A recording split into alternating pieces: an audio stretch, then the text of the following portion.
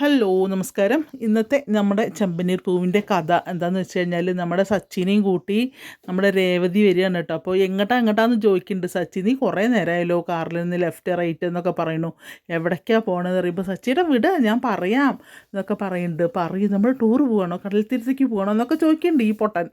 അപ്പോൾ പറയും അതൊന്നുമല്ല, സച്ചിയേട്ടൻ വിട് ഞാൻ പറയാം എന്നൊക്കെ പറയാണ്. അപ്പോൾ അങ്ങനെ ഓരോ വർത്തമാനം പറഞ്ഞ് അവരിങ്ങനെ പോയിക്കൊണ്ടിരിക്കുകയാണ് കാറിൽ. അത് കഴിഞ്ഞ് പിന്നെ ഒരു അവിടുന്ന് ലെഫ്റ്റ് എടുക്ക് സച്ചേട്ടാ അറിയാം. അപ്പോൾ ലെഫ്റ്റ് എടുത്തിട്ട് ഇവിടെയല്ലേ നിൻ്റെ അമ്പലം, അമ്മയൊക്കെ ഇവിടെ അല്ലേക്കും. നമ്മൾ ആ അമ്പലത്തിലേക്ക് തന്നെയാണ് അറിയാം. അമ്പലത്തിക്കോ എന്നറിയാം, എന്നാൽ നേരത്തെ പറയണ്ടേന്നറിയാം.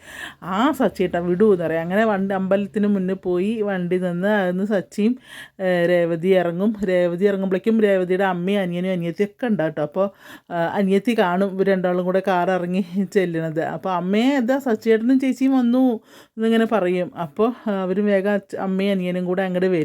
അങ്ങോട്ട് വരുമ്പോൾ ആഹാ നിങ്ങളൊക്കെ എല്ലാവരും ഉണ്ടായിരുന്നു ഇവിടെ എന്ന് വയ്ക്കും. അപ്പോൾ ചേച്ചി പറഞ്ഞിട്ടാണ് അറിയുക. അപ്പോൾ എന്താ വിശേഷിച്ച് ചോദിക്കട്ടോ.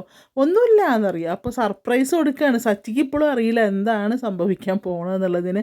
ഇവരെല്ലാവരും കൂടെ ഒത്തിട്ട് ഒരു സർപ്രൈസ് കൊടുക്കുന്നതാണ്.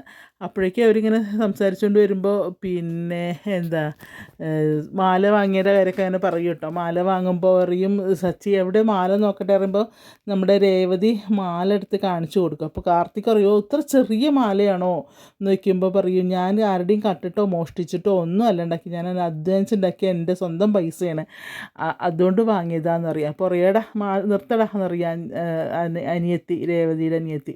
അപ്പോൾ പറയും ചെറുതിലൊന്നല്ല മക്കളെ കാര്യം, അത് വാങ്ങിക്കാൻ കാണിക്കുന്ന മനസ്സാണ് എന്നൊക്കെ അങ്ങനെ അമ്മ അങ്ങനെ പറയും കേട്ടോ. അപ്പോൾ പറയും മാല എടുത്ത് കാണിച്ചു കൊടുക്കും. അപ്പോൾ ഭയങ്കര സന്തോഷം. അവരിങ്ങനെ കണ്ണോട് ചേർത്തൊക്കെ വെക്കും മാല.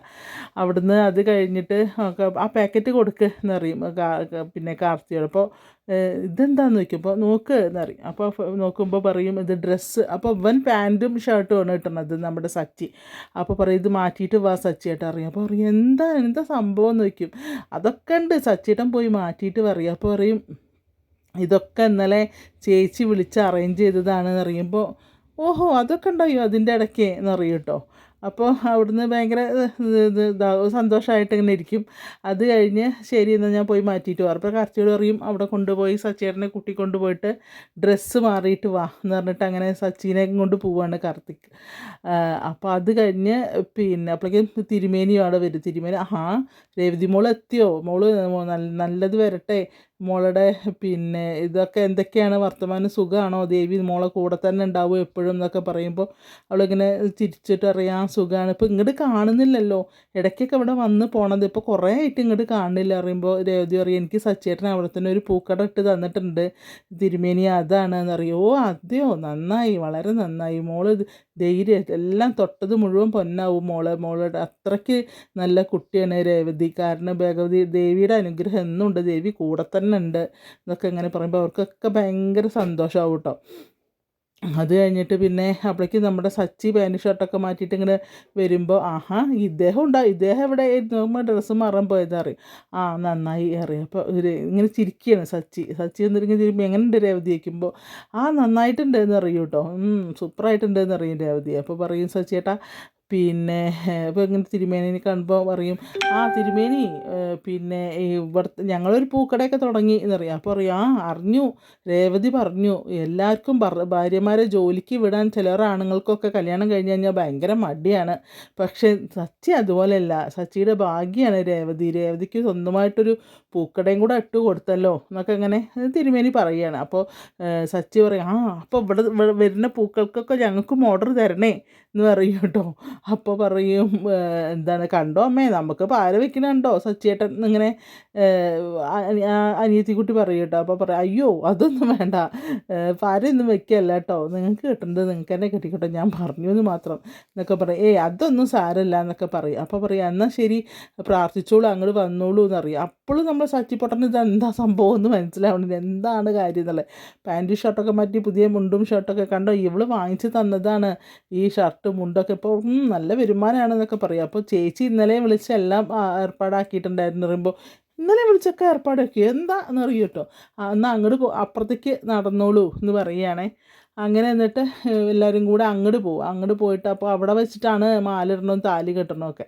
അപ്പോൾ അവിടെ ചെല്ലുന്ന ഇങ്ങനെ നിൽക്കുമ്പോഴേക്കും ഇവൾക്ക് ഇവനും മനസ്സിലാവണില്ല. അപ്പോൾ അപ്പോഴേക്കും തിരുമേനിയും ഒരു കൂടെയുള്ള ഒരാളും കൂടെ ഒന്നിൽ താലത്തിൽ ഇങ്ങനെ തട്ടത്തിൽ മാലയും പിന്നെ ഒന്നിൽ താലിമാലയും പൂജിച്ചിട്ടൊക്കെ കൊണ്ടുവരുന്നുണ്ട്. അപ്പോൾ പൂജിച്ച് കൊണ്ടുവന്നിട്ട് അപ്പോൾ പറയും, എന്നാൽ സച്ചേട്ടാ ഇനി താലി എടുക്കുക പറയുമ്പോൾ, അത് താലി പെണ്ണുങ്ങളല്ലേ കെട്ടുക, ആണുങ്ങളല്ലല്ലോ എന്ന് പറയും. ഓ അതല്ല, താലി എടുത്തിട്ട് എൻ്റെ കഴുത്ത് കെട്ടിത്താ സച്ചേട്ടാ അറിയും. ഓ അങ്ങനെ, അത് ശരി, ഇപ്പോഴല്ലേ മനസ്സിലായത് എന്നൊക്കെ പറയും. അപ്പോഴാണ് മൂപ്പർക്ക് സംഭവം മനസ്സിലാവുക, ഇതാണ് പരിപാടി എന്നുള്ളത്. അപ്പോൾ പറയും, ആ അങ്ങനെ വരട്ടെ എന്നൊക്കെ പറയും. അപ്പോൾ പറയും, ആദ്യം താലിമാലയല്ല മാല ഇടും, ഒരു പരസ്പരം അങ്ങോട്ടും ഇങ്ങോട്ടും മാല ഇടും, മാല ഇട്ടിട്ട് പിന്നെ താലി കെട്ടാം എന്ന് പറയണം. അപ്പോൾ പറയും, ഭാഗ്യം ചെയ്ത കുട്ടിയാണ് രേവതി. അപ്പോൾ ആ തിരുമേനിയും പറയും, ഭാഗ്യം ചെയ്ത കുട്ടിയാണ്, ഇന്നലെ എന്നെ വിളിച്ച് എല്ലാം ഏർപ്പാടാക്കിയിട്ടുണ്ട് അറിയാം. അപ്പോൾ കറക്റ്റും പറയും, അതെ എല്ലാം ചേച്ചി ഇന്നലെ തന്നെയൊക്കെ വിളിച്ച് പൈസയും ഒക്കെ റെഡിയാക്കി, ഡ്രസ്സ് എടുക്കാനുള്ളതും ഒക്കെ ചേച്ചിയാണ് ഏർപ്പാടാക്കിയത് എന്നൊക്കെ അങ്ങനെ പറയുമ്പോൾ സച്ചിക്ക് ഭയങ്കര സന്തോഷം തോന്നുന്നു കേട്ടോ.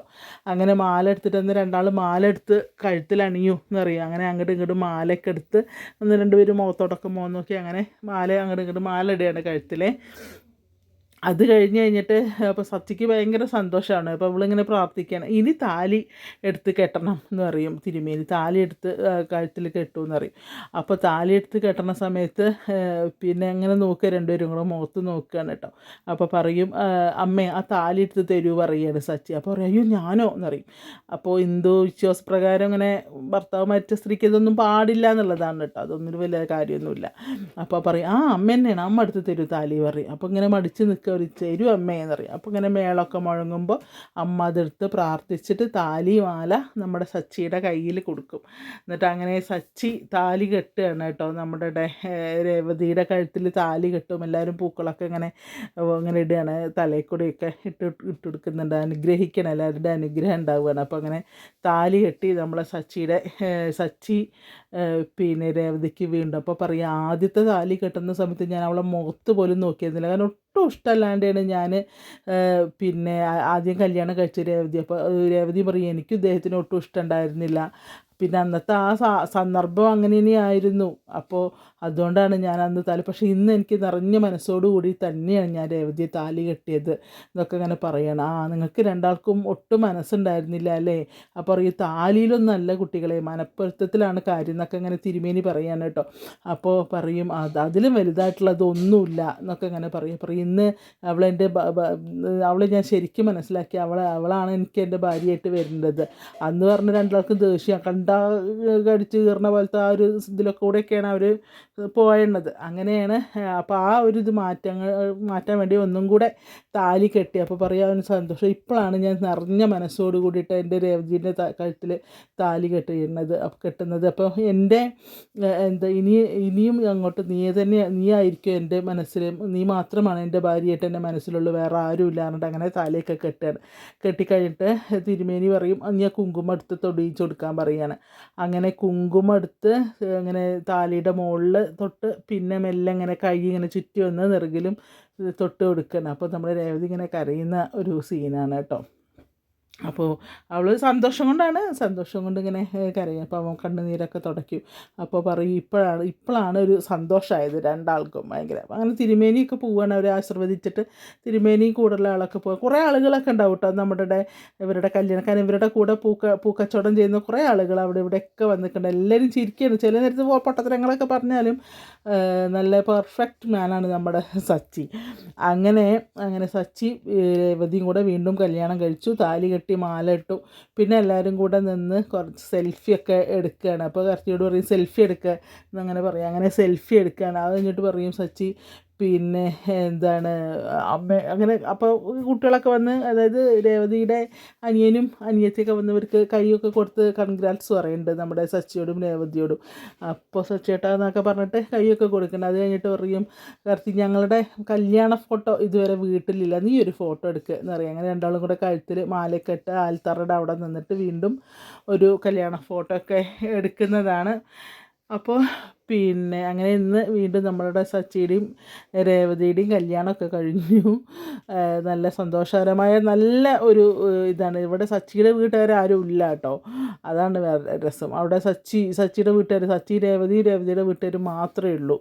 അപ്പോൾ അങ്ങനെ ഇന്നത്തെ കല്യാണമൊക്കെ കഴിഞ്ഞ് ഗംഭീരമായിരുന്നു. അപ്പോൾ പിന്നെ എന്താണ്, അതുപോലെ ഇന്നത്തെ ചെമ്പനീർ പൂവ് അവർ മിസ് ചെയ്യേണ്ട, നല്ല രസമുണ്ട് കാണാൻ.